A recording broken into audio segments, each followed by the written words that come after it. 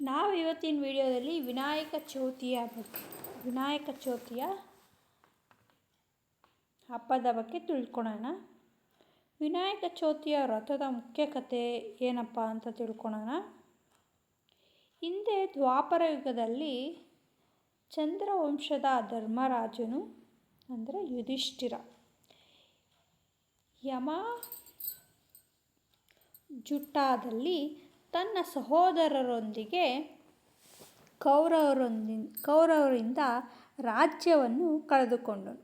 ನಂತರ ಅವನು ತನ್ನ ಹೆಂಡತಿ ದ್ರೌಪದಿ ಮತ್ತು ಸಹೋದರರೊಂದಿಗೆ ವನವಾಸಕ್ಕೆ ಹೊರಟನು. ಅರಣ್ಯದಲ್ಲಿದ್ದಾಗ ಅವರು ನೈಮಿಷಾರಣ್ಯ ಎಂಬ ಪವಿತ್ರ ಸ್ಥಳದಲ್ಲಿ ತಲುಪಿದರು. ಅಲ್ಲಿ ಅನೇಕ ಋಷಿಗಳಿಂದ ಪೌರಾಣಿಕ ರಹಸ್ಯಗಳನ್ನು ಬೋಧಿಸುತ್ತಿದ್ದ ಸೂತ ಮಹಾಮುನಿಗಳನ್ನು ಧರ್ಮರಾಜನು ಭೇಟಿಯಾದನು. ಧರ್ಮರಾಜನು ಅತ್ಯಂತ ವಿನಯದಿಂದ, ಹೇ ಮಹರ್ಷಿಗಳೇ, ನಾನು ಕಳೆದುಕೊಂಡ ರಾಜ್ಯ ಮತ್ತು ವೈಭವವನ್ನು ಮರಳಿ ಪಡೆಯಲು ಯಾವುದಾದರೂ ಶ್ರೇಷ್ಠವಾದ ವ್ರತ ಅಥವಾ ಮಾರ್ಗವಿದೆಯೇ ಎಂದು ಪ್ರಶ್ನಿಸಿದರು. ಆಗ ಸೂತ ಮಹರ್ಷಿಗಳು, ಹಿಂದೆ ಶಿವನು ತನ್ನ ಮಗನಾದ ಕುಮಾರಸ್ವಾಮಿಗೆ ತಿಳಿಸಿದ ವಿನಾಯಕ ಚೌತಿಯ ವ್ರತದ ಬಗ್ಗೆ ಮಹಿಮೆಯನ್ನು ಧರ್ಮರಾಜನಿಗೆ ವಿವರಿಸಿದರು. ಈ ವ್ರತವನ್ನು ಶ್ರದ್ಧೆಯಿಂದ ಆಚರಿಸಿದರೆ ಕಳೆದು ಹೋದ ಸಂಪತ್ತು, ರಾಜ್ಯ ಮರಳಿ ಸಿಗುತ್ತದೆ ಎಂದು, ಸಕಲ ವಿಘ್ನಗಳು ನಿವಾರಣೆ ಆಗುತ್ತವೆ ಎಂದು ಹೇಳಿದರು. ಸೂತ ಮಹರ್ಷಿಗಳು ಗಣೇಶನ ಜನ್ಮದ ಕಥೆ ತಿಳಿದುಕೊಳ್ಳೋಣ ನಾವೀಗ. ಒಮ್ಮೆ ಕೈಲಾಸದ ಪರ್ವತದಲ್ಲಿ ಪಾರ್ವತಿ ದೇವಿಯು ಸ್ನಾನ ಮಾಡುವ ಸಿದ್ಧತೆ ನಡೆಸುತ್ತಿದ್ದಳು.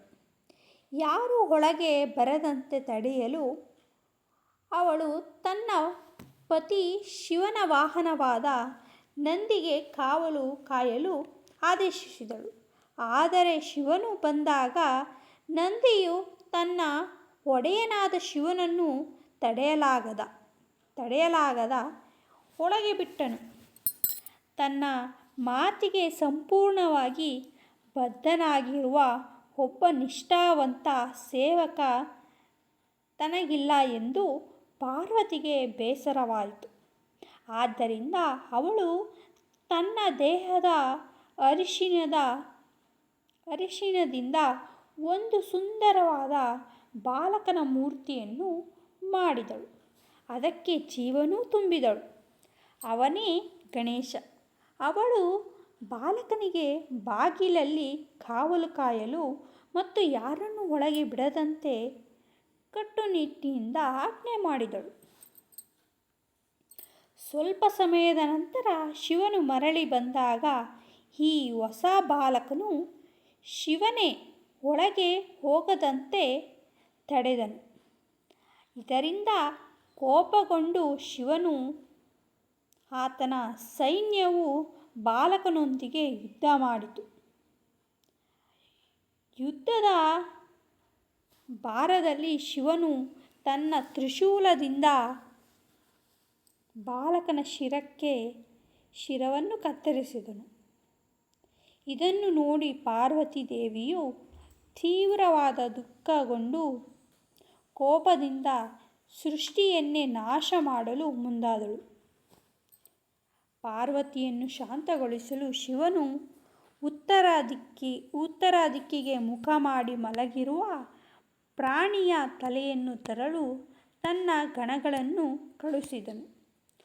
ಗಣಗಳಿಗೆ ಮೊದಲು ಸಿಕ್ಕಿದ್ದು ಒಂದು ಆನೆಯ ತಲೆ ತಂದು ಬಾಲಕನ ದೇಹಕ್ಕೆ ಜೋಡಿಸಿ ಶಿವನು ಆತನಿಗೆ ಮರಳಿ ಜೀವ ನೀಡಿದನು. ಹೀಗೆ ಆನೆ ಮುಖದ ಗಜಾನನ ಜನನವಾಯಿತು. ಶಿವನು ಅವನನ್ನು ತನ್ನ ಸಕಲ ಗಣಗಳಿಗೆ ಅಧಿಪತಿಯನ್ನಾಗಿ ಮಾಡಿ ಗಣೇಶ ಅಥವಾ ವಿಘ್ನೇಶ್ವರ ಎಂದು ನಾಮಕರಣ ಮಾಡಿದನು.